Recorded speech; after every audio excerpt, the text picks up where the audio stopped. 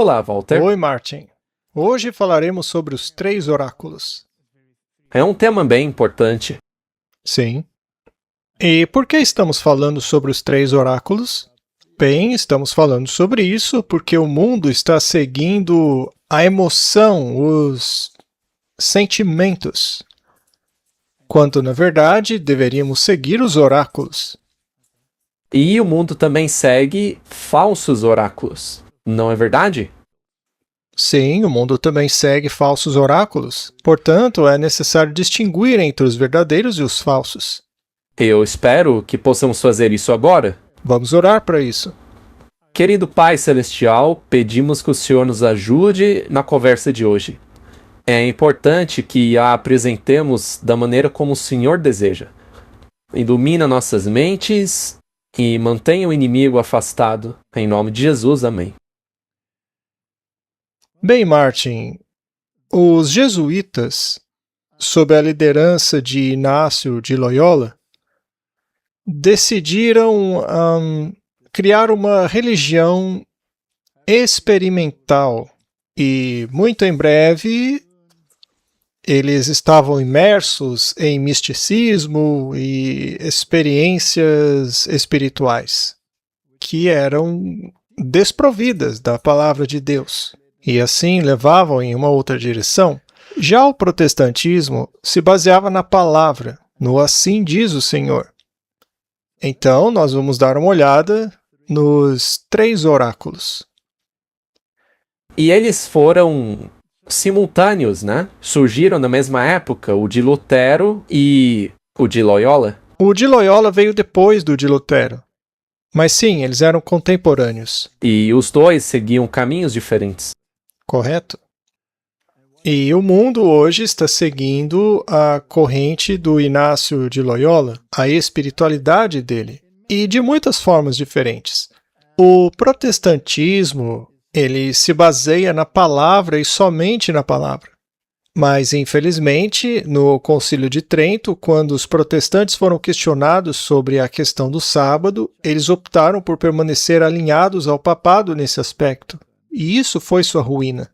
Exatamente. Foi o primeiro passo rumo ao seu declínio. Correto. Martin, a palavra de Deus não aceita concorrentes em seu campo.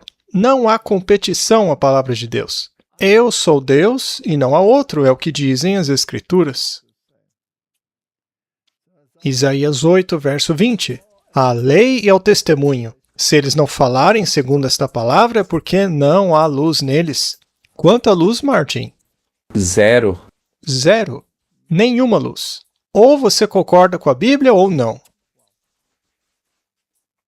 Isaías 45, verso 22 e 23. Olhai para mim e sede salvos vós, todos os confins da terra, porque eu sou Deus e não há outro. Não há outro, Martin.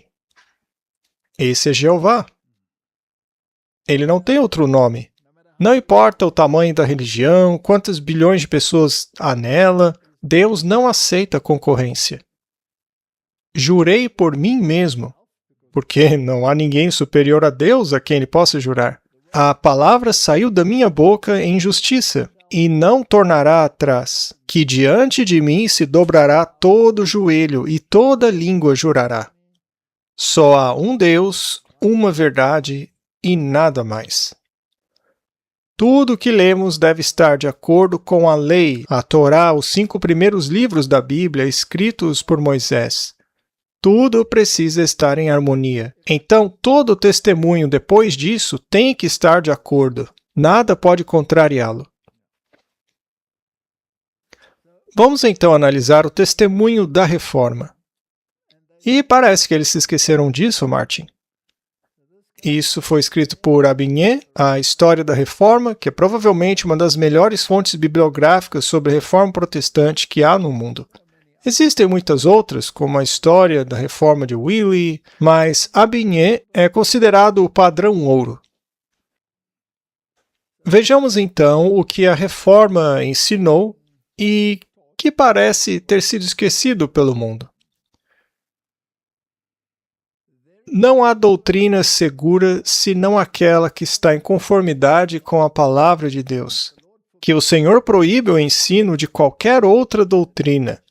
Que cada texto das Sagradas Escrituras deve ser explicado por outros textos mais claros. Que este livro sagrado é em tudo o que é necessário para o cristão, fácil de entender e calculado para dissipar as trevas. Estamos resolvidos, com a graça de Deus, a manter a pregação pura e exclusiva de sua única palavra, tal como está contida nos livros bíblicos do Antigo e do Novo Testamento, sem acrescentar nada a ela que possa ser contrário a ela. Esta palavra é a única verdade. É a regra segura de toda doutrina, de toda a vida, e nunca pode falhar ou nos enganar. Aquele que edifica sobre este fundamento resistirá a todos os poderes do inferno, enquanto todas as vaidades humanas que se levantam contra ele cairão diante da face de Deus. Esta é uma declaração bem impactante sobre a Bíblia, não é? Quem dera hoje fosse a mesma coisa. Não acrescentar nada à Bíblia, muito menos alterá-la. Ou ignorando algo e se apegando a sentimentos. Isso é muito interessante. Então, Martin, existem 3 maneiras que Deus escolheu para se revelar ao homem. A primeira, claro, a principal, sobre a qual tudo deve ser baseado, é a lei e o testemunho. Se não falarem de acordo com isso, não há luz neles. Esta é a palavra de Deus, é o testemunho. A Igreja de Deus deveria basear seus ensinamentos na Bíblia, na palavra. Tudo gira em torno da palavra de Deus. Sim, as Sagradas Escrituras são a revelação divina que trazem aos homens o conhecimento de Deus e das sublimes verdades da salvação. No testemunho de Jesus, encontramos a exortação divina que guia nossas mentes às maravilhosas verdades da palavra de Deus. Na Igreja de Cristo, temos a comunhão divina, que Deus sempre quis que significasse muito para nós, como filhos de Deus, em nossa comunhão um com os outros e em nossa comunhão com Ele. Então, a palavra de Deus que une o seu povo, certo? É dela que vem toda a verdade. Portanto, o testemunho e a igreja devem estar em harmonia com esta palavra. A revelação de Deus por meio de sua palavra é enfatizada assim. Escritura. Toda a Escritura é inspirada por Deus e útil para ensinar, para repreender, para corrigir e para instruir em justiça, para que o homem de Deus seja perfeito e plenamente preparado para toda boa obra. Ele está citando 2 Timóteo 3, 16, 17. Examinai as Escrituras, porque elas são a voz de Deus falando à alma. Então, Martin, este livro não tem as palavras de Deus, como gostam de dizer os católicos. Esse livro é a palavra de Deus. Porque se este livro apenas as contém, você pode conjecturar com relação ao que é a palavra de Deus e o que não é. O que, aliás, eles fazem o tempo todo com os testemunhos dela. Se qualquer testemunho não estiver em harmonia com a Bíblia, você tem um grande problema. Se a Bíblia apenas tivesse a palavra de Deus nela, aí você poderia decidir qual parte dela é a palavra de Deus e qual não é. E aí você escolhe. E neste caso, ela seria o seu testemunho.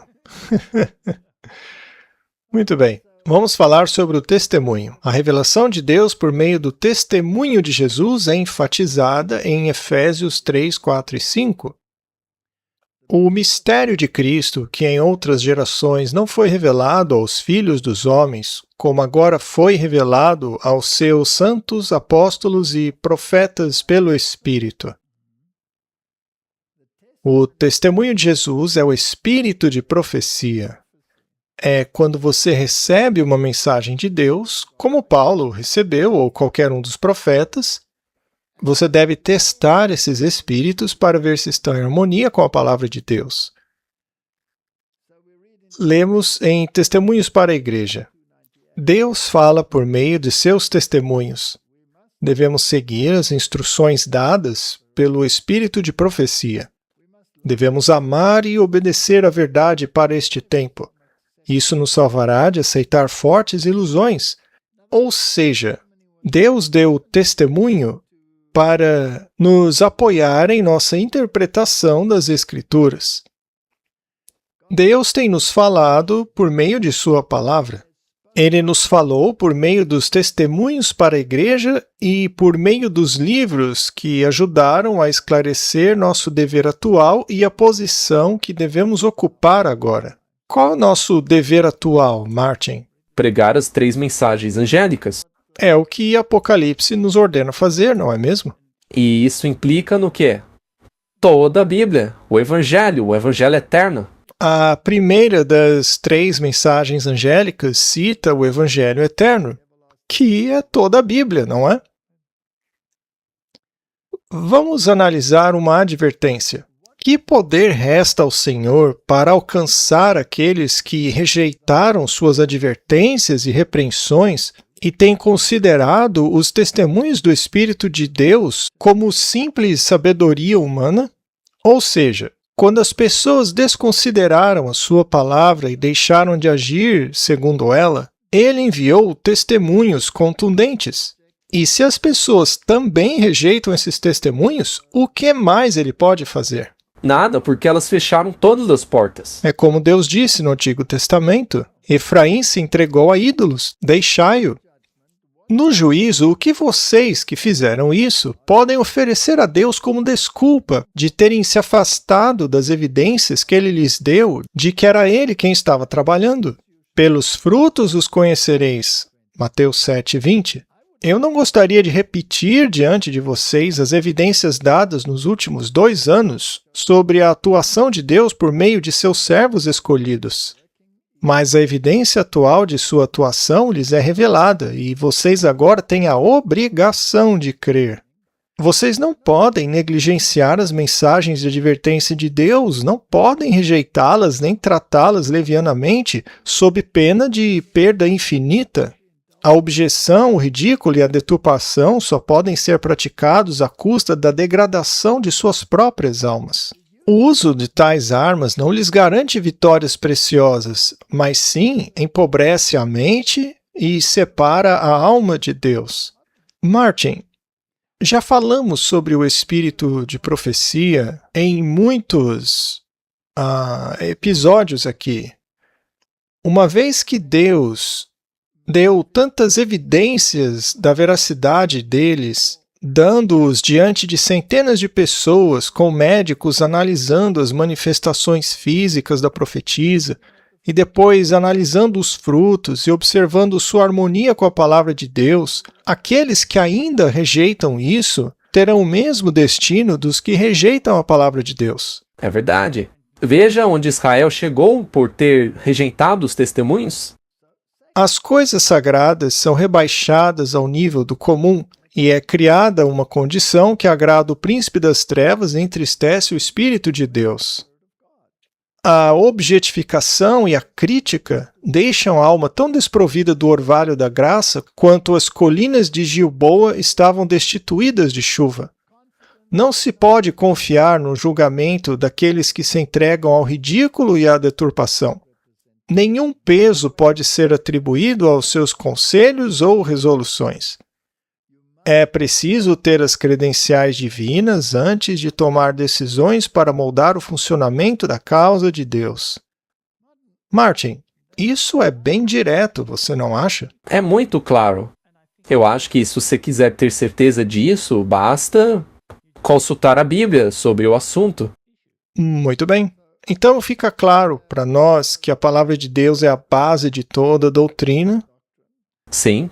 E que os testemunhos são instruções diretas que nos levam à palavra de Deus e nos mostram como interpretá-la. Como estar em harmonia com ela. Vamos pegar um profeta antigo, vamos pegar Paulo, por exemplo. Ele era um profeta que recebia visões e ele apontava para as Escrituras e mostrou como Cristo cumpriu as condições estabelecidas nas Escrituras. Os judeus acreditaram nele? Não. Alguns aceitaram, mas a maioria rejeitou. E depois disso, surgiram profetas ao longo do tempo. Não sabemos o que alguns dos profetas do tempo do Novo Testamento disseram, a não ser pelo fato de termos menções sobre Barnabé e Pedro terem tido profecias. E ele nos mostrou como interpretar certas escrituras. Então você vai seguindo essa linha até chegar na igreja do fim dos tempos, que possui o espírito de profecia. Ela tem o dom profético, que dá testemunhos precisos de como devemos cumprir nosso dever nos últimos dias. Agora, se você rejeitar esses testemunhos, mesmo sabendo que estão em harmonia com a Bíblia, aí não resta alternativa. Você escolheu o seu destino. Sim, você está se colocando em uma situação muito perigosa. Está se afastando da verdade da palavra de Deus. Então, qual é a nossa atitude hoje em relação ao espírito de profecia? Seria melhor do que o antigo Israel? Ou melhor do que a dos líderes de Israel na época de Jesus? Não. Eles queriam matar aquelas pessoas, eles os aprisionaram e, na verdade, mataram alguns. Ele veio para o que era seu e os seus não o receberam. Então, nada mudou, Martin. Veja, o fato de algo ser rejeitado pela maior parte da população não o torna falso. Isso é muito importante. Também há um versículo bíblico que diz: creiam nos profetas. Muito bem. Eles tinham as escrituras, ou seja, os testemunhos, e agora tem a igreja. A revelação de Deus por meio da igreja de Cristo é enfatizada. E para que todos vejam qual seja a dispensação do mistério que desde a existência do mundo esteve oculto em Deus, que criou todas as coisas por meio de Jesus Cristo, para que agora, pela igreja, os principados e potestades nos lugares celestiais sejam conhecidos pela multiforme sabedoria de Deus. Então, por acaso a igreja não tem o dever de pregar a verdade? E se a igreja deixar de pregá-la? Como saber se ela está pregando? Bem, é só comparar o que ela prega com a Bíblia. Muito bem. O espírito de profecia nos diz: ele propôs dar-lhes às nações a oportunidade de conhecê-lo por meio de sua igreja. Martin, será que nós podemos dizer: eu aceito a Bíblia, mas não aceito os testemunhos? Não. Quer dizer, você pode dizer isso, mas isso não vai atender os requisitos para fazer parte do remanescente ou qualquer coisa que exige que você faça a vontade de Deus. Muito bem. E se eu disser: olha, eu quero a Bíblia, mas eu não quero a igreja? Ora, é o mesmo problema. Mesmo problema, não é? Você precisa dos três. E está lá em Apocalipse 12, 14, os requisitos para fazer parte da igreja remanescente, que aliás são os mesmos para fazer parte dos 144.000, e são 2 requisitos. E o terceiro, como você acabou de mencionar, é a igreja.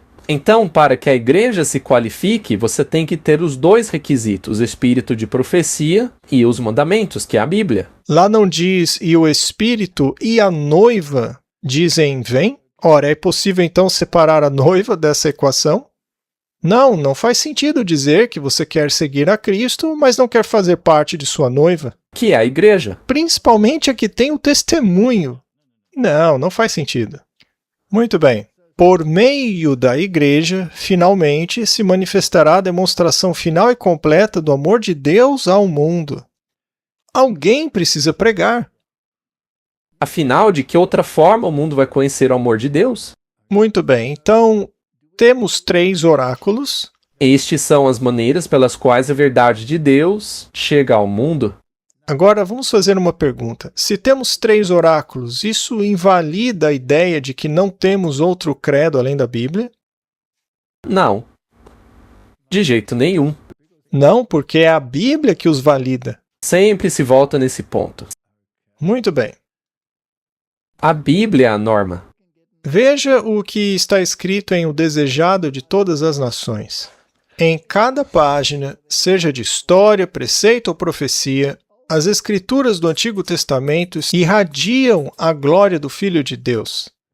Você só tem que encontrá-lo. Infelizmente, as pessoas não fazem isso. Elas rejeitam completamente. Não, o Antigo Testamento já era, tem que ser abolido. Ele faz parte da antiga aliança. Muito bem. Em que Paulo estava se apoiando quando tentou explicar às pessoas que Jesus cumpriu as profecias do Antigo Testamento? Ora, no próprio Antigo Testamento, porque não existia um novo. Ela estava cheia da glória do Filho de Deus.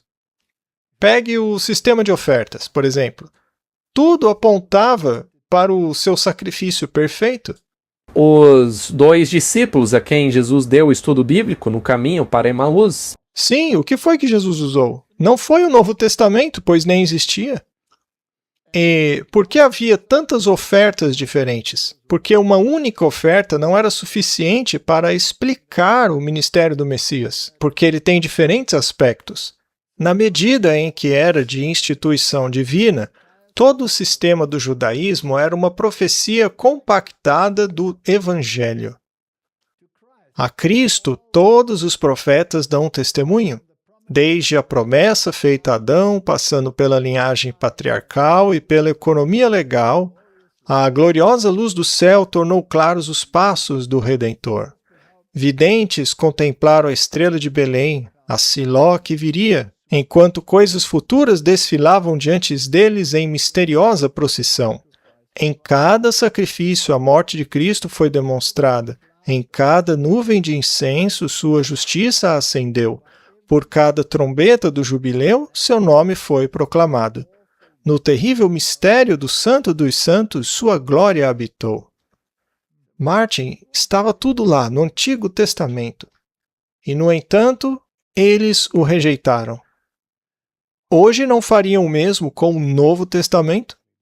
Estão fazendo a mesma coisa. Estão mutilando a palavra de Deus, escolhendo algumas partes e outras não, rejeitando o Antigo Testamento, dizendo que o Deus do Antigo Testamento era ruim, que só devemos amar o Filho. Tem gente falando todo tipo de bobagem por aí. Sim, como aqueles que defendem que o Novo Testamento joga fora a lei de Deus. Como assim? Eles aboliram algo que Jesus disse que nunca seria abolido.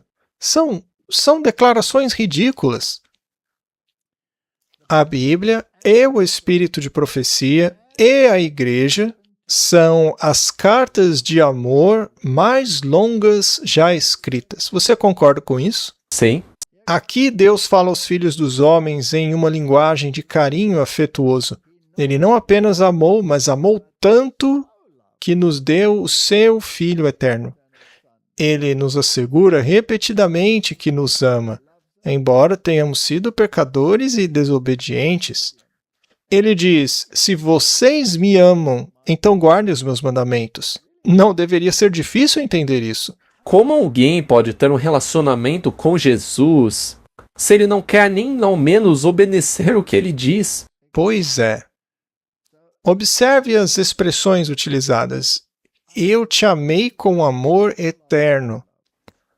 Portanto, antes mesmo da fundação do mundo, Deus já tinha decidido que morreria por nós. Ele já havia determinado. Então, a revelação divina também é conhecida como os oráculos de Deus.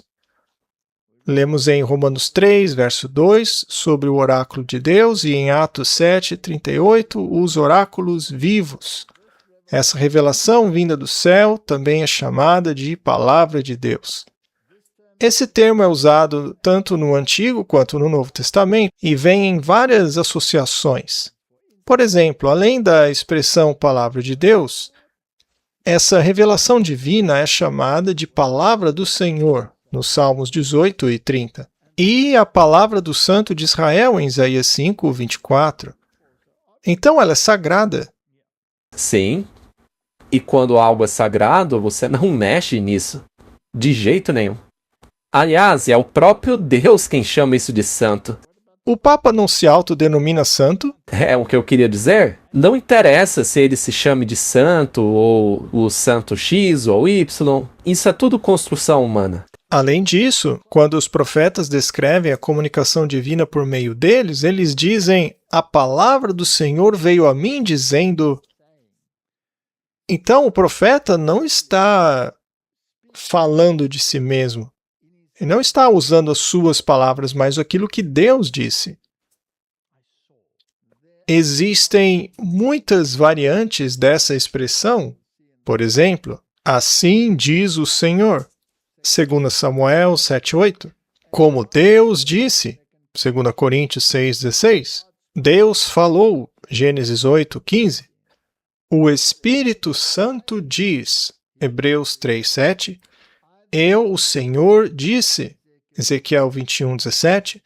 O Espírito Santo falou pela boca de Davi. As Escrituras dizem.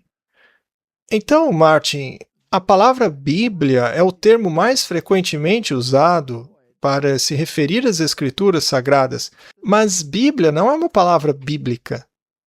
Ela vem do grego, Bíblia significa livros. Então há pessoas que dizem que não podemos usar a palavra Bíblia, mas só significa livros. Sim, escrituras.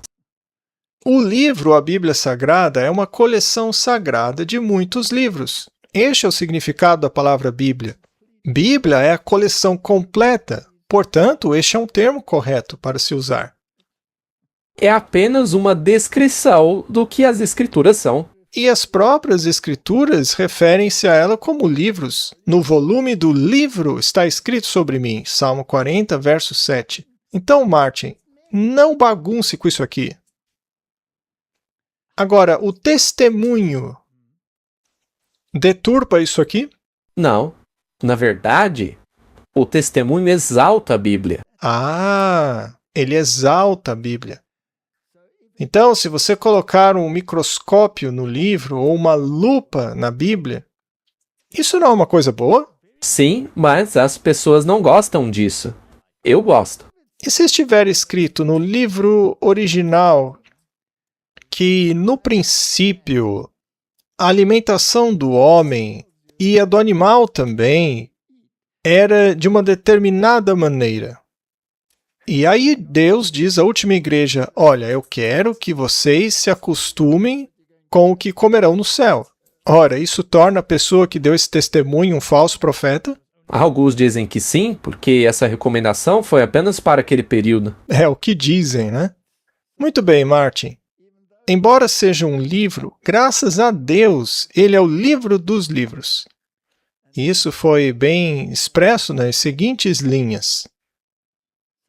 Vamos falar um pouco sobre profetas e depois analisar esses versículos. Deve-se observar que quando chegou a hora da mensagem de advertência, Deus enviou seus mensageiros com palavras vivificantes vindas do céu, e isso foi reiterado inúmeras vezes nos registros sagrados. Então Deus usou profetas para enfatizar o que já estava estabelecido em um livro, mas que eles haviam ignorado e se esquecido. Pois é, quando o profeta de Deus aparece, não é para dizer, olha, a Bíblia está errada, olha, tem uma falha ali na Bíblia. Não, o profeta de Deus não faz isso. Então, Jeremias 25, verso 4, o Senhor enviou a vocês todos os seus servos, os profetas, mas vocês não deram ouvidos, nem inclinaram os seus ouvidos para ouvi-los. Esse é um problema comum, não é mesmo? Já acontece há milhares de anos. Muito bem, 2 Crônicas 36:15. E o Senhor, Deus de seus pais, enviou-lhes mensageiros, levando-os de madrugada e enviando-os porque teve compaixão do seu povo e do seu lugar de habitação. Deus é paciente, não é? Veja, não dá nem para explicar. A gente não perde a paciência? Eu não, Martin. Nunca perco minha paciência. Ora, Walter, desde que a gente vive nessa terra e você vive há mais tempo do que eu, veja quanto tempo Deus vem lidando com isso. Olha, Martin, eu espero que Jesus volte logo porque eu não aguento mais, eu não suporto mais a pompa e o glamour que eles associam a essas mentiras. O que eles fazem me dá náuseas. Eu não sei, e você? Temos que orar por paciência, Walter. O testemunho por meio do profeta Zacarias é o mesmo, pois ele escreve a respeito de profetas. As palavras que o Senhor dos Exércitos enviou em seu espírito por meio dos profetas anteriores. Ora, Martin, se Deus sempre agiu assim, por que não queremos aceitar em nossa época? Não foi o próprio Deus que disse que tudo o que ele diria seria por meio dos profetas? Pois é, Martin. Não dá para entender as pessoas. Uma vez você disse, Martin, que se quiser ouvir a palavra de Deus, é só ler a Bíblia em voz alta. Não, você disse isso. E depois eu repeti um pouco depois. Ah, tá bom. Você disse, se quiser ouvir a voz de Deus, é só ler a Bíblia em voz alta. Aí você ouve Deus. Pois é. Tá bom, então. Tanto a palavra de Deus falada quanto a escrita continuam sendo a palavra de Deus. A palavra de Deus não foi apenas proferida pelos profetas na antiguidade, como também foi escrita, embora nem todas as palavras dos profetas tenham sido registradas nas Escrituras. Quando Natã falou, ele ainda era profeta. Mas às vezes Natã deu uma opinião e teve que voltar atrás, porque sua opinião não estava correta. Sim, porque a palavra de Deus foi a ele depois e o fez entender melhor. Então, dessa forma, as revelações enviadas pelos céus foram preservadas para as gerações futuras. Segundo as Escrituras da Verdade, os oráculos divinos foram falados pelo profeta Daniel, foram ditos, proferidos, Martin, palavra. Foram proferidas pelo Senhor ao profeta, Mateus 1, 22, foram proferidas para o profeta Isaías, proferidas por Jeremias, o profeta, proferida pela boca dos seus santos profetas. Então eles falaram. Agora, parte disso foi anotado, outra parte não. Mas isso não torna menos palavra de Deus. E a Bíblia também diz que foram escritas. Coisas que estão escritas podem se cumprir. Então você tem a palavra falada e a palavra escrita. E se um profeta falar, é melhor prestar atenção. E quanto à palavra escrita? O testemunho dos próprios profetas ao longo dos séculos, os profetas do Altíssimo, declararam sem hesitação que a palavra que davam ao povo de sua época veio do Senhor. Vamos ver algumas das expressões que eles utilizaram. Diz o Senhor. O Senhor diz. O Senhor me respondeu e disse. Há alguma conversa acontecendo aí? Sim. Assim diz o Senhor. A palavra do Senhor que veio, a palavra do Senhor veio a mim dizendo, a palavra que veio do Senhor dizendo, o Senhor me disse a sua palavra, o que disse o Senhor, a palavra de Deus, a escritura da verdade. Ou seja, está claro como meio-dia, não dá para não entender. É autoexplicativo. Veja, ultimamente, as pessoas também dizem essas coisas aí. Sim, só que não se baseiam nas escrituras. É o que eu ia dizer. Então você vê muitas pessoas dizendo, o Senhor me disse, o Senhor me disse. A Paula White, lá do Trump, não disse, o Senhor me mostrou? Sim, e as pessoas não podem exagerar. O Senhor pode, por meio do seu espírito, conduzi-lo a entender algo, mas esse algo está dentro da Bíblia. Agora, se você ouve o Senhor te dizer algo e não está em harmonia com a Bíblia, aí está errado. Muito bem. Deus falou, o Espírito Santo significou isto. A palavra de Deus, diz o Senhor, resposta de Deus, ele disse, o Espírito Santo disse, como Deus disse. Então, é fascinante. O Espírito Santo disse aquilo. Ele não ditou nada, mas ele impressionou a mente. Então, fica muito claro que não podemos mexer na palavra. Veja também que alguns dos testemunhos dos profetas mencionam como eles receberam a revelação divina. Isso também é importante. É quase como um teste para ver se a pessoa é um verdadeiro profeta. O Senhor disse, ouça a palavra do Senhor, coloquei as minhas palavras na tua boca. A palavra dele, Martin, na boca do profeta. O Espírito do Senhor falou por meu intermédio, e a sua palavra estava na minha língua. Palavra do Senhor pela boca de Jeremias, diz assim o Senhor. A palavra do Senhor veio, o peso da palavra do Senhor. Ouvi a palavra que o Senhor fala. O Senhor falou com Moisés. Claramente estamos lidando com a palavra de Deus.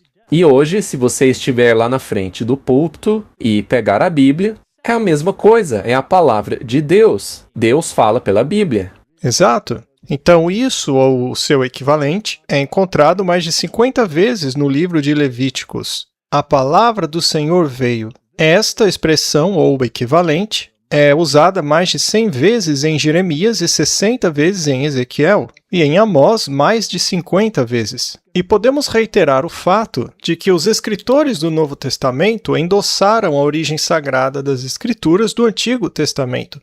Portanto, esse Deus é o mesmo Deus do Novo Testamento.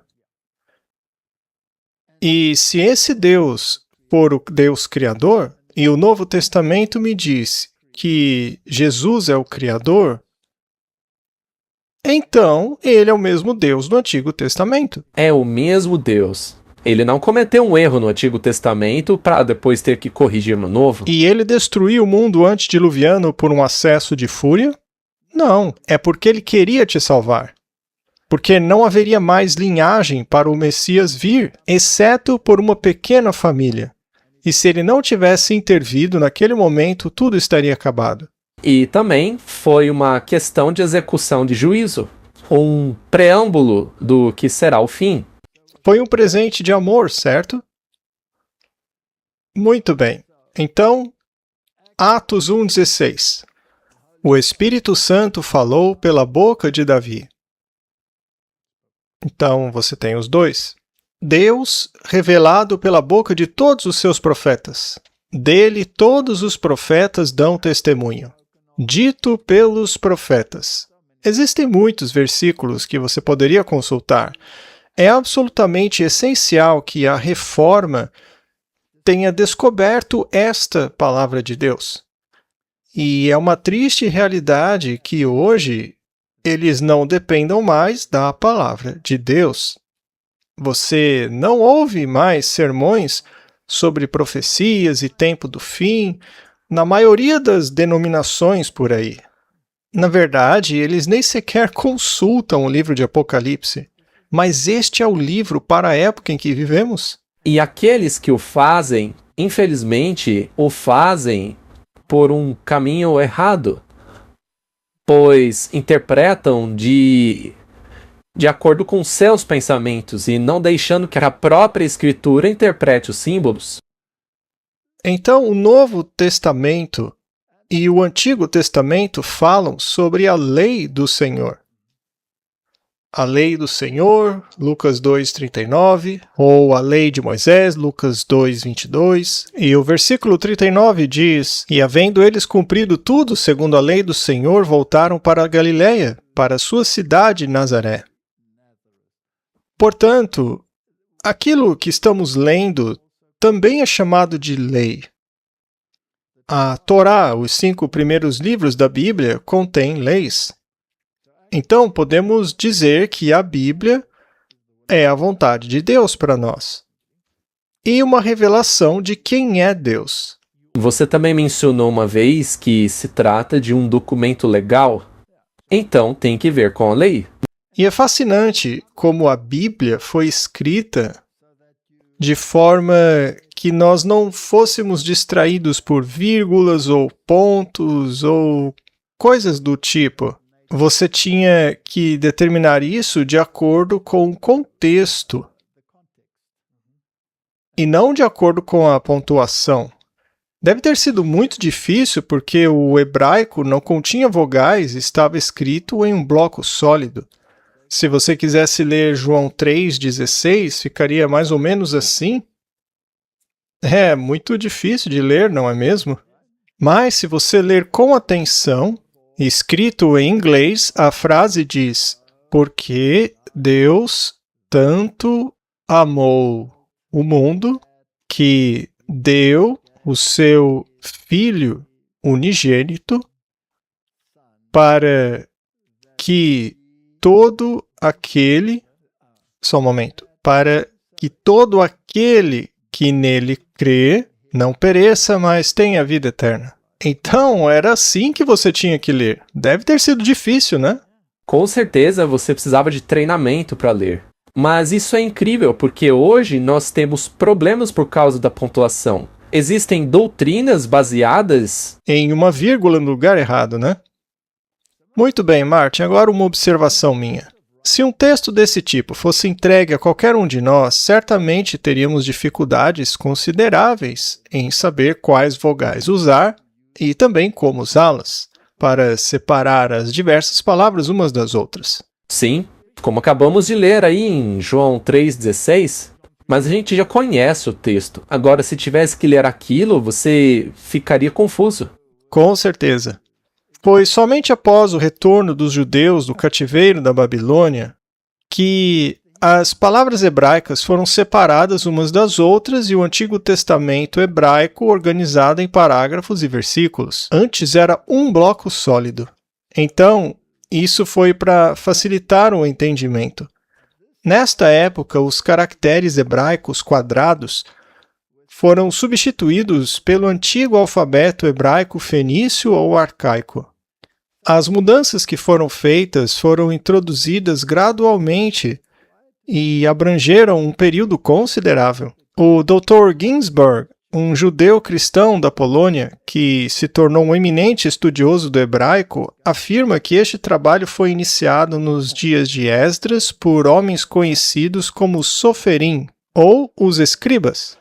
Vários séculos se passaram, ao que parece, antes que quaisquer outras mudanças importantes fossem introduzidas. Os sinais vocálicos surgiram por volta de 500 a 600 depois de Cristo e foram o trabalho de homens conhecidos como massoretas.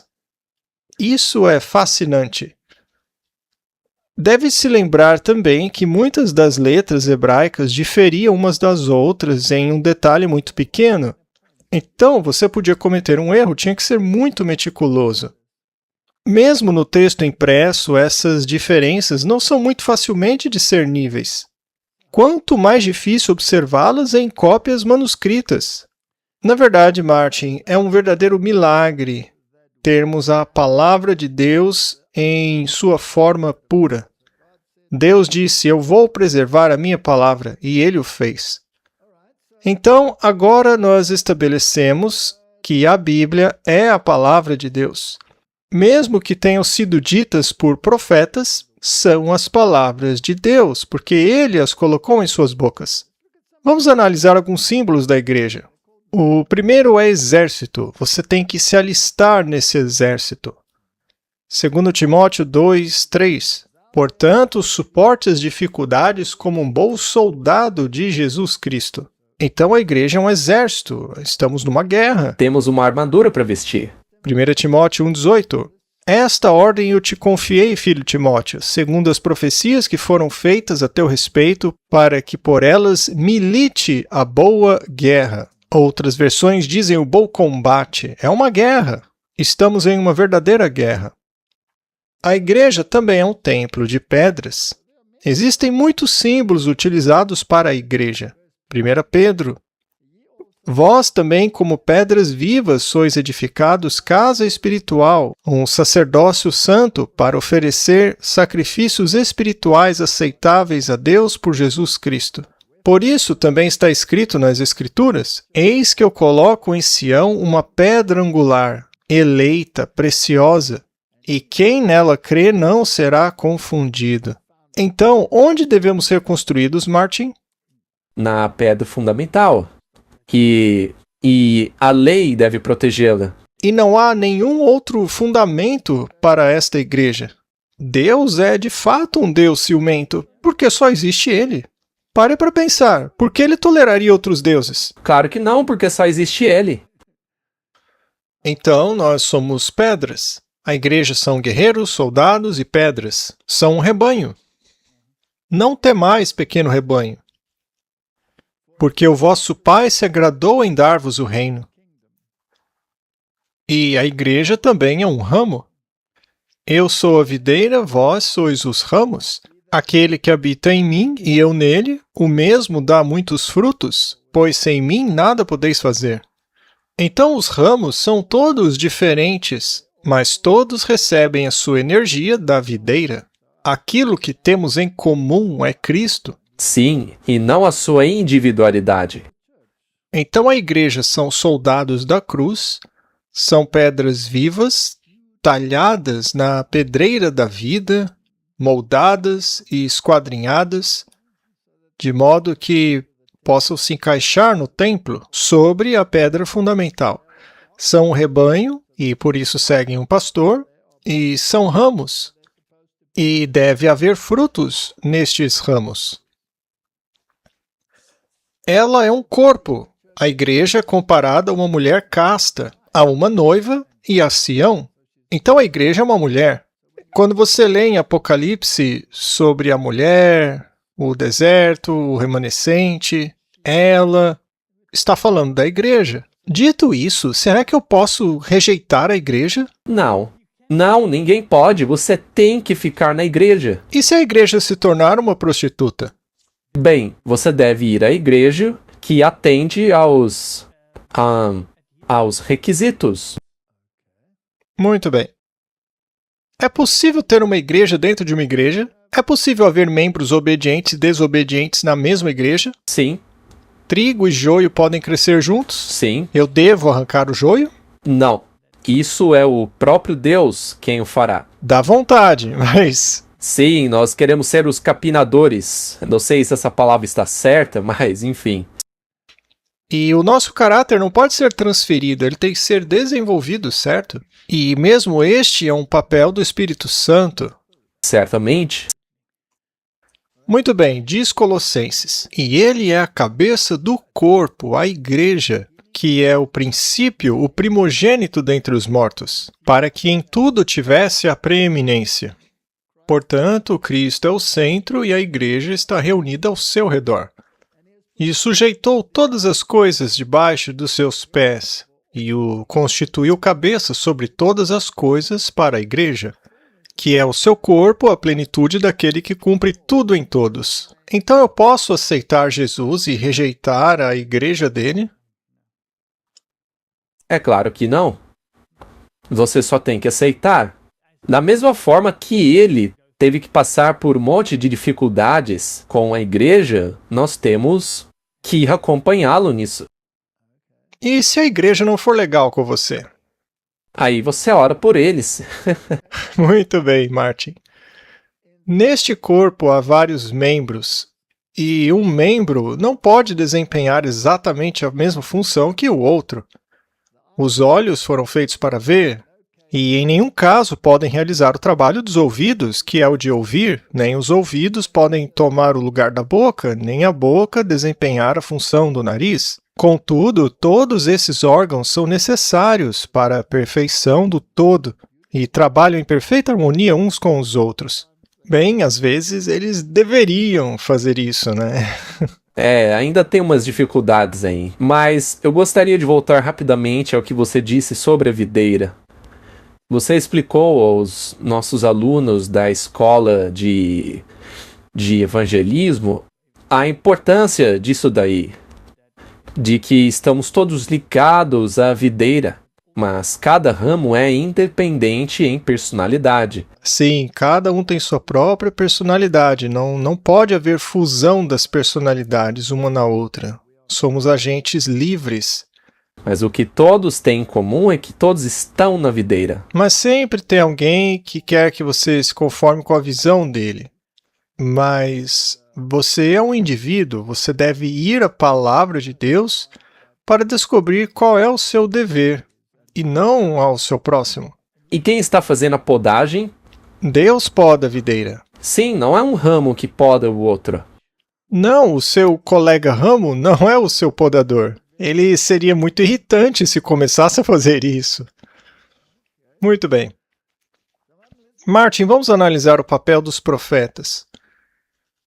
Os profetas também eram intercessores, como Abraão e Moisés. Eles intercederam. Sim, mas eles estavam apontando para uma realidade maior. Sim, Abraão intercedeu em favor de Sodoma. Moisés intercedeu em favor do povo. Também houve profetas que davam advertências e discernimento, e esses foram muitos. Podemos ler em Testemunhos, volume 4, o seguinte: Em sua providência, o Senhor achou por bem ensinar e advertir seu povo de várias maneiras, por meio de mandamentos diretos, pelas Sagradas Escrituras e pelo Espírito de profecia, ele lhes revelou sua vontade. Interessante. Só para perguntar, é possível descobrir a vontade de Deus? Claro que sim. Exatamente. E será que é uma impossibilidade pôr os profetas à prova? Não. Não, felizmente não. Todos os critérios estão ali. E se eles se encaixarem, eles são profetas. Advertirei, aconselharei, repreenderei, encorajarei conforme o Espírito de Deus ditar. Foi Ellen White quem escreveu isso. Quer os homens ouçam ou não. O meu dever não é agradar a mim mesmo, mas fazer a vontade do meu Pai Celestial que me deu a minha obra. Ela alegou que Deus lhe deu essa obra, agora cabe a nós colocá-la à prova. O que ela escreveu está em harmonia com a palavra de Deus, ela exalta o Salvador, ela manifesta os sinais físicos, existe prova de que ela manifestou os sinais físicos diante de milhares de pessoas, pelo menos 66 vezes em público, e as pessoas rejeitaram. 66 vezes, publicamente. Às vezes até grandes multidões. Sim, com centenas de pessoas ou um pequeno grupo, ela ficava sem respirar. Não respirava absolutamente nada, mas tinha uma super força, apesar de ser uma pessoa muito frágil. Então veja, Deus manifestou essas coisas publicamente para que ninguém tivesse desculpas. E isso é interessante, não foi num lugarzinho obscuro, escondido num beco, que essas coisas aconteceram. Não, foi à vista de todo mundo. Um monte de gente viu. E também tiveram as visões abertas. Pode explicar isso? Veja, assim que o povo apostatou contra a palavra de Deus, não houve mais visões abertas. Ou seja, visões que as pessoas pudessem discernir. Há muitos exemplos na Bíblia de visões explícitas. Ezequiel, por exemplo, diante dos anciãos, teve uma visão. Daniel teve uma visão na frente dos pagãos e eles fugiram. E os profetas manifestaram visões claras. E também, por meio de sonhos, Deus concedeu visões em sonhos. Mas as manifestações públicas vinham acompanhadas de certos atributos físicos, como ausência de respiração, olhos abertos. Primeiro ela cai de fraqueza e depois levanta-se fortalecida por Deus. Por outro lado, a Blavatsky, ela tinha que respirar para sobreviver. Mas e se você tivesse que profetizar e ficar sem respirar por mais de 6 horas? Isso é impossível. E com acompanhamento médico, certificando-se de que ela não tinha respirado, hein? Apenas Ellen White teve essas manifestações públicas e mais de 60 vezes. Então, Martin, precisamos testar os outros critérios também. Por acaso ela exaltou a palavra de Deus? Ela lia a Bíblia do jeito que ela é? Ela não dizia que a Bíblia é o nosso único credo?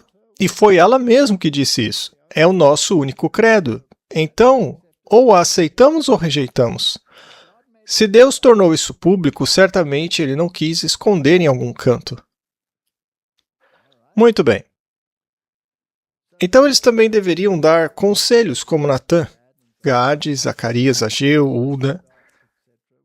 Não lemos necessariamente tudo o que eles disseram, mas temos alguns trechos. Mas ainda assim eles eram profetas de Deus, eram professores. O ensino era geralmente tarefa do levita ou dos sacerdotes, mas às vezes profetas eram chamados para ensinar. Elias e Eliseu eram mestres nas escolas dos profetas. E também tem a palavra profetizar. O que significa pregar ou receber uma visão, mas principalmente pregar, né? Exatamente. Então, isso leva as visões, ou melhor, a profecia da Bíblia ao povo. E esta é uma responsabilidade da igreja. Jeremias 32. Eles me viraram as costas e não o rosto, embora eu os ensinasse. Ou seja, ele era um professor, certo? Levantando-me cedo e ensinando-os, eles não deram ouvidos à instrução. Os profetas também são denunciadores do pecado. Eles eram frequentemente tratados com desprezo, como foi Jeremias. Portanto, um verdadeiro profeta deve ter todos esses aspectos. E, Martin, os escritos de Ellen G. White, por acaso eles contêm conselhos? Ora, claro que sim. E é por isso que as pessoas não gostam muito. Eles ensinam, não é? Muito bem. Por acaso neles existe denúncia de pecados? Constantemente. Só que as pessoas não gostam disso. Por isso, é mais fácil ignorar. É mais fácil desprezar o profeta. Eles também conduziam cânticos, como Miriam, Natã, Gade, Davi, todos eles. A Miriam não conduziu as mulheres em um cântico, portanto, a música era parte importante disso. Por acaso, os escritos de Ellen White não abordam muito a questão da música? Claro que sim. Sobre o tipo de música. Exatamente, não dão conselhos sobre isso? Eles dão luz sobre o que é música sacra e o que não é. Em 2 Crônicas nós lemos: Ele pôs os levitas na casa do Senhor com símbolos, saltérios e harpas, conforme o mandamento de Davi, de Gade, o vidente do rei, e de Natã, o profeta. Porque assim foi o mandamento do Senhor por meio dos seus profetas. Ora, os levitas não eram uma simbologia da igreja? Toda promessa que se aplicava aos levitas se aplica ao povo de Deus em sua igreja. Portanto, os levitas hoje são os membros da igreja. E a música é uma parte muito importante disso. Sim, e nós, a igreja, precisamos entender a grande responsabilidade que temos, porque a responsabilidade dos levitas não era pequena. Então a música que cantamos deve ter todos os atributos da música celestial. Ela não deve levar você a um estado alterado de consciência. Muito bem, os profetas também eram pessoas que interpretavam o passado e o presente e o futuro. Certamente. Daniel não fez isso, Ezequiel não fez isso, Jeremias não fez isso. Ora, por que a profetisa dos últimos dias também não faria isso? E os profetas às vezes recebiam mensagens que não entendiam, ou não sabiam a quem eram dirigidas essas mensagens. Não é verdade? Sim, deixa o caso de Daniel. Daniel não entendeu. Elias também recebeu uma mensagem destinada ao futuro rei Jorão, que só foi compreendida muito tempo depois de sua morte. No momento, ele não sabia do que estava falando. 2 Crônicas: E chegou-lhe uma carta do profeta Elias, dizendo: Assim diz o Senhor Deus de Davi, teu pai, visto que não andaste nos caminhos de Josafá, teu pai, nem nos caminhos de Asa, rei de Judá. Isso nos leva a concluir que Elias já havia falecido quando esta mensagem foi entregue ao rei. É verdade. E é por isso que as profecias da Bíblia são válidas para nós hoje. Por acaso Ellen White não escreveu mensagens por carta que tinham que viajar o oceano em um caminho longo e tedioso naqueles dias para finalmente aparecer na mesa, digamos, do presidente de uma conferência? E ele então abre a carta bem no momento em que a pessoa sobre quem a carta falava estava sentada bem em sua frente. Isso é incrível. Pois é. O evento não havia ocorrido ainda. Ou então, em outra ocasião... Sim, o que ela escreveu na carta só foi acontecer 3 meses depois, no futuro. Em outra ocasião, ela teve uma visão sobre uma reunião onde decidiriam tornar as posições doutrinárias da igreja menos preeminentes em seus escritos. E essa carta só foi lida meses depois de escrita. Só que a reunião a qual a carta se referia tinha acontecido na noite anterior à leitura. Isso é inacreditável. Então, existem muitos indícios no espírito de profecia que nos levam a concluir que é, de fato, uma manifestação genuína do Espírito Santo. E estas duas situações que você mencionou, assim como todos os outros escritos dela, sempre estão em harmonia com o que a Bíblia diz. É isso mesmo. Conforme o Senhor tem se manifestado por meio do espírito de profecia, o passado, presente e futuro já me foram apresentados. Passado, presente e futuro, igual Daniel. Já me foram mostrados rostos que eu nunca havia visto, e somente anos mais tarde, após vê-los, eu os reconheci. Já aconteceu de eu ter sido despertado do meu sono com uma vívida sensação de assuntos anteriormente apresentados à minha mente. E já escrevi durante a noite cartas que cruzaram o continente, chegando estas bem durante uma crise, a fim de evitarem um desastre para a causa de Deus. Meu trabalho tem sido assim por muitos anos. Os profetas também encorajam? Claro. 70 profetizaram e carregaram fardo com Moisés quando o povo murmurou por causa de carne. E hoje, muitos que se levantam para falar sobre este assunto são tão desprezados como naquela época. Mas, de alguma forma, Deus continua a levantá-los para serem um espinho na carne daqueles que são ávidos por carne no dia de hoje. Você concorda, Martin? Claro, com certeza. Este assunto ainda é uma pedra no sapato de muitos. Você acha que o povo da época gostou quando Moisés lhes disse que era melhor que se santificassem ou teriam problemas? Eu gosto da parte que diz que Deus continua suscitando essas pessoas, ou como você já mencionou, essas pestes. Sim, essas pestes continuam voltando, sempre falando de reforma da saúde ou do sábado. Esses assuntos sempre causam confusão, né? E sabe o que eu acho interessante? Quando eu vou a certas igrejas, eu acho curioso que as pessoas comecem a reclamar porque estamos pregando a mensagem de saúde, etc. E aí, de repente, aparece um outro pregador totalmente diferente com o mesmo assunto. E aí as pessoas que reclamaram têm que ouvir de novo. E elas sempre vão reclamar de novo. É incrível, não é? Sim, e para mim isso deixa claro que essas pessoas não querem esta parte da mensagem. Mas aí vamos jogar o bebê fora junto com a água da bacia? Infelizmente é o que alguns fazem. Pois é. Moisés disse ao Senhor: "Por que afligiste o teu servo? Por que então não encontrei graça aos teus olhos, que tu impuses sobre mim o fardo de todo aquele povo? Será que fui eu quem concebeu essas pessoas? Por acaso eu dei luz a eles para que me digas, carrega-os no teu seio, como um pai que amamenta uma criança até chegarmos na terra que juraste a seus pais?" Martin, você não estava reclamando comigo outro dia que não aguentava mais? É por isso que eu estou rindo, Walter. Não é porque eu acho engraçado, mas é porque eu me identifico com o que Moisés disse aí. De onde me virá carne para dar a todo esse povo? Porque eles choram a mim, dizendo, dá-nos carne para comer. Que dieta terrível Moisés deu para eles, né?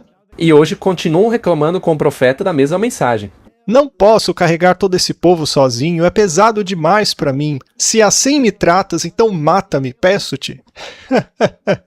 Ele não aguentava mais, coitado. Eu me simpatizo com ele. Você já passou por coisas assim, Martin? Olha, eu acho que eu tenho que ler Números mais vezes, depois de ter lido isso aí. Eu te suplico sem hesitar. Se encontrei graça aos teus olhos, não me deixes ver a minha desgraça. Não aguento mais, me mate. Não quero mais fazer isso. Bem, eu já passei por isso. Eu realmente já disse isso ao Senhor. Senhor, acabe comigo agora mesmo. Curiosamente, a coisa fica ainda pior. É verdade. E o Senhor disse a Moisés, reúne-me 70 homens dentre os anciãos de Israel, que sabe serem os anciãos do povo e seus líderes. e os conduz à tenda da congregação para que fiquem ali contigo. As pessoas já não gostavam de um, aí Deus colocou mais 70. É como a série Ataque Total. As pessoas tinham reclamado de 2 palestras, eu fui lá e fiz 36. Deus age assim. E eu... Diga. Antes que as pessoas comecem a reclamar, quero deixar claro que não estamos rindo da situação. Sabemos que é algo sério. Mas é que quando você se identifica com esse tipo de coisa, você ri por dentro porque você entende como é. Sim, nós rimos porque a gente se identifica. Então eu descerei e falarei contigo ali, e tomarei do Espírito que está sobre ti, e o porei sobre eles, e eles carregarão o fardo do povo contigo, para que não carregues sozinho. Então, Martin, em vez de 1, eles receberam 70. Fez diferença? Não. Não. Mas pelo menos tirou um pouco do fardo de Moisés, né? Para ele ficou mais leve. Sim, para Moisés ajudou bastante. Mas ele deve ter rido quando viu os outros 70 pregando a mesma coisa que ele pregava. Números 11 e 25.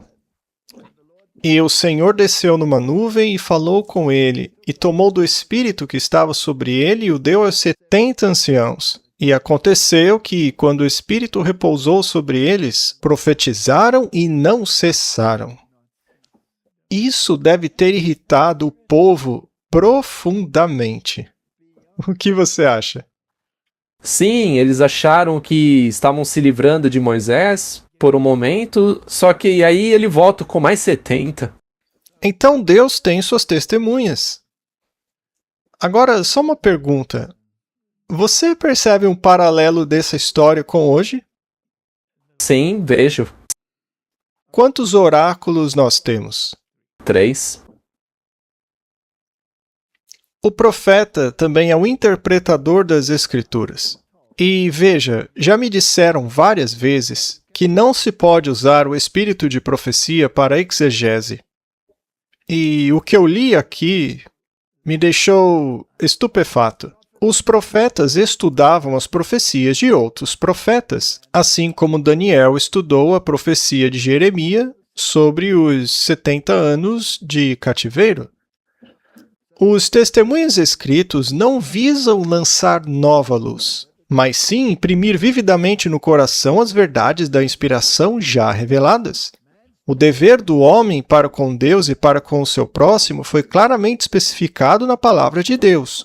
Contudo, poucos de vocês são obedientes à luz que já foi dada. Nada mudou, Martin. Nenhuma verdade adicional é apresentada. Mas Deus, por meio dos testemunhos, simplificou as grandes verdades já dadas e, à sua maneira escolhida, as trouxe perante o povo para despertar e impressionar a mente com elas, para que todos fiquem sem desculpas. Os testemunhos não visam menosprezar a palavra de Deus, mas exaltá-la e atrair as mentes para ela, para que a bela simplicidade da verdade possa impressionar a todos. Então, Martin, se ela diz que a alimentação original para o ser humano era de frutas, grãos, nozes, sementes, legumes e, depois da queda, os vegetais, será que isso é só um conselho? Não. Da mesma forma que não era só um conselho para Adão e Eva. Se Ellen White diz que a besta é o catolicismo, isso é uma opinião ou é exegese? Exegese? Ah, tudo bem. Eu me prostrei aos seus pés para adorá-lo e ele me disse, não faças isso, eu sou o teu conservo e de teus irmãos que têm o testemunho de Jesus. Quem disse isso a João foi o próprio anjo. Adora a Deus porque o testemunho de Jesus é o espírito de profecia. O testemunho de Jesus aparece apenas 2 vezes na Bíblia, ambas no mesmo versículo. O testemunho de Jesus Cristo aparece 3 vezes em Apocalipse 1, 2, 9 e 12, 17. Aparece também uma vez como testemunho de Jesus em Apocalipse 24. A mesma palavra grega para testemunho é aqui traduzida para testemunha. Paulo faz menção ao testemunho de Cristo em 1 Coríntios 1, 6, e testemunho do nosso Senhor em 2 Timóteo 1:8. Então, o termo espírito de profecia aparece apenas uma vez. A palavra testemunho nas Escrituras é aplicada a inúmeras questões. Os 10 mandamentos, a lei de Deus, o testemunho legal entre duas partes, testemunho a respeito de outros, testemunho dado por alguém a respeito de si mesmo, e a mensagem dos profetas. Então, isso é um testemunho. Os profetas falaram pelo Espírito de Cristo que neles estava. Da mesma forma, o dom profético deveria se manifestar no remanescente. Você concorda, Martin? Sim, esses são os critérios. Então, em 1 Pedro 1, 10 e 11, diz assim: a respeito dessa salvação, os profetas inquiriram e investigaram diligentemente, os quais profetizaram a respeito da graça que vos seria concedida, investigando qual era o tempo ou a ocasião que o Espírito de Cristo que neles estava indicava, ao predizer os sofrimentos de Cristo e a glória que deveria seguir. Então, eles estudaram e se perguntaram onde isso se aplica. Quando isso vai acontecer? Havia profecias de tempo que eles podiam estudar. Havia as outras profecias que eles podiam estudar. Havia palavras que foram ditas que eles podiam estudar, como o livro de Salmos, por exemplo. Não é um testemunho para Jesus. Não é um testemunho sobre Jesus. É o testemunho de Jesus. Isso é muito importante. Sim, se você não entender isso, você pode se confundir em todo tipo de coisa por aí. Sim, qualquer pregador pode falar sobre Jesus, mas não significa necessariamente que sua mensagem é o testemunho de Jesus.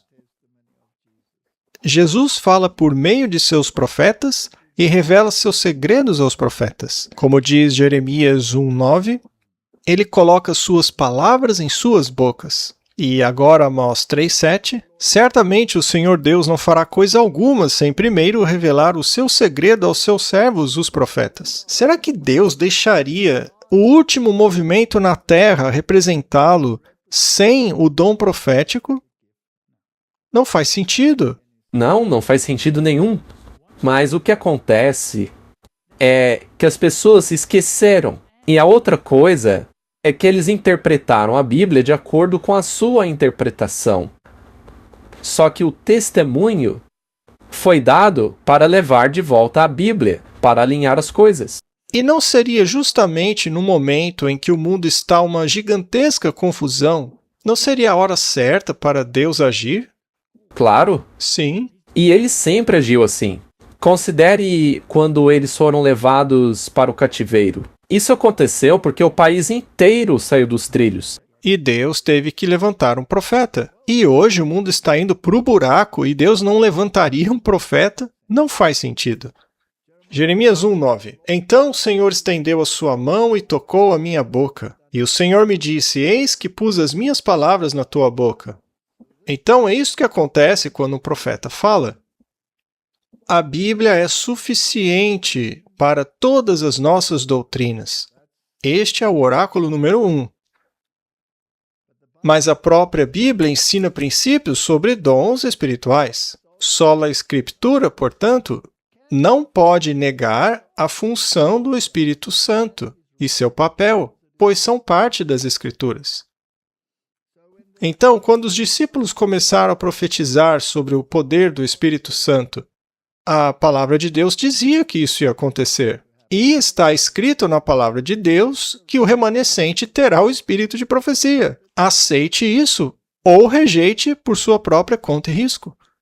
Os dons espirituais, portanto, guiam a igreja na interpretação correta das Escrituras e corrigem os males que se infiltram na igreja. Negar este ofício do Espírito Santo é negar as Escrituras que o informam. Joel se refere ao derramamento do Espírito Santo nos últimos dias e especificamente no versículo 32 sobre o remanescente que Deus chamará. E acontecerá depois disso que derramarei o meu Espírito sobre toda a carne. Vossos filhos e vossas filhas profetizarão, vossos anciãos terão sonhos, vossos jovens terão visões, e também sobre os servos e sobre as servas naqueles dias derramarei o meu espírito. Então ele está profetizando que essas coisas vão acontecer. E mostrarei prodígios nos céus e na terra, sangue, fogo e colunas de fumaça, e o sol se escurecerá. Martin, todos esses sinais já passaram. A lua já ficou como sangue. Ele está nos dizendo a hora exata em que isso aconteceria. Ainda assim, as pessoas dizem que não é verdade. Pois é. Veja, isso é realmente impressionante. Porque vivemos uma época muito privilegiada da história. Porque basta olharmos para trás e vermos que praticamente todas as profecias já se cumpriram. Sim, tudo isso já aconteceu. Então veja que o espírito de profecia se manifesta diante de milhares de testemunhas, mas as pessoas dizem não. Eu quero a Blavatsky. Eu quero Alice Bailey. Me dê qualquer outra profetisa, essa aí eu não quero. Muito bem. Isso vai acontecer antes do grande e terrível dia do Senhor. Sabe, eu não hesito nem um pouco em mencionar o espírito de profecia. Alguns dizem, não, você não pode mencioná-la nas suas pregações. Desculpe, eu vou mencionar sim. Muito bem. Entre o remanescente que o Senhor chamar. Ora, o remanescente terá essas manifestações. Está escrito na Bíblia. E se não fosse assim, haveria um problema.